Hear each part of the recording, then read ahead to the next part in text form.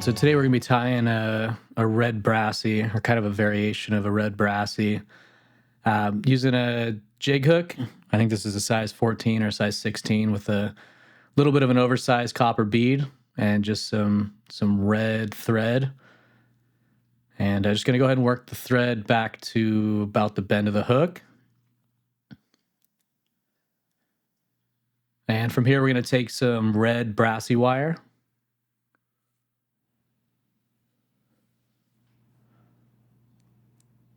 And tie that in behind the bead.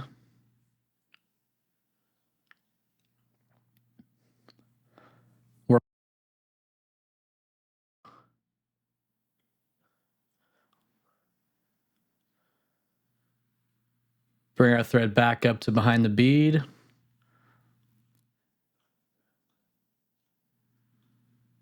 And then we're just going to go ahead and try to keep these wraps as close as we can, and cover the body with the red brassie wire.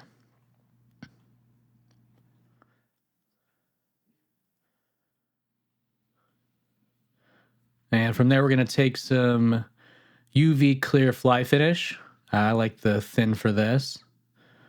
But first, we're going to whip finish that red thread off and go ahead and cut that.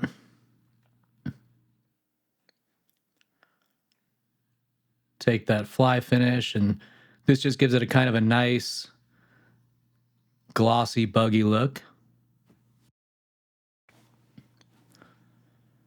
Try to get that as even as possible, and spin your vise around and let it kind of work its way in there and get nice and thin. And then we're going to bake that in.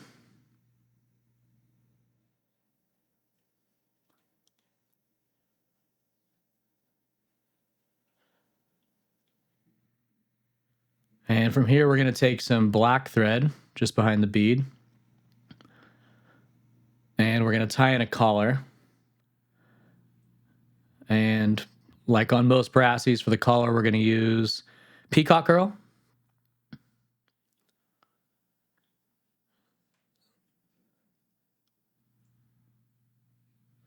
So we're going to take 2 strands of that peacock herl, give us a nice thick collar on that. Go ahead and tie those in at the tip.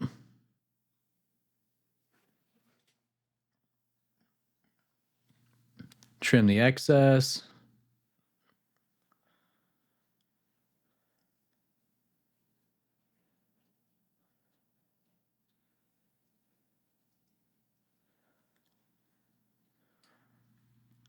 Try to get that a little bit cleaner.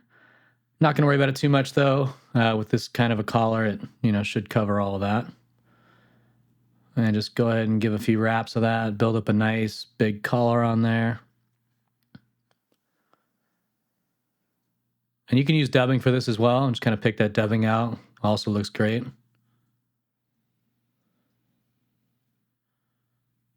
And once we've got our collar, just go ahead and tie that peacock herl off. Give it a few wraps behind, a few in front. Trim her off. And from here, we can whip finish.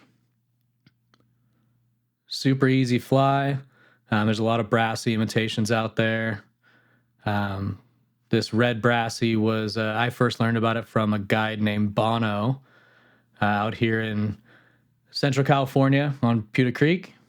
And it's always been effective for me.